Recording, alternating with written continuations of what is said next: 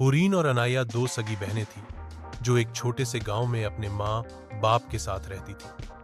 हुरीन बड़ी बहन थी, निहायत संजीदा, समझदार और नर्म दिल। अनाया छोटी, शरारती मगर बहुत प्यारी थी।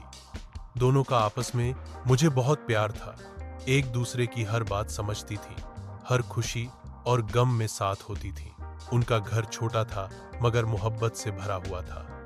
हुरैन अपनी पढ़ाई में बेहतरीन थी, जबकि अनाया को कहानियां सुनना और गुड़िया के साथ उसे खेलना बहुत पसंद था। अक्सर शाम को दोनों बहनें छत पर बैठकर चांद को देखते हुए सपने बुनती।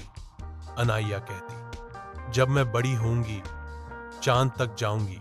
हुरैन हंसकर कहती, और मैं तुम्हारे साथ सितारे तोड़ लाऊंगी। एक दिन गांव में स्कूल बंद होने लगा, मगर हुरैन ने हिम्मत नहीं हारी।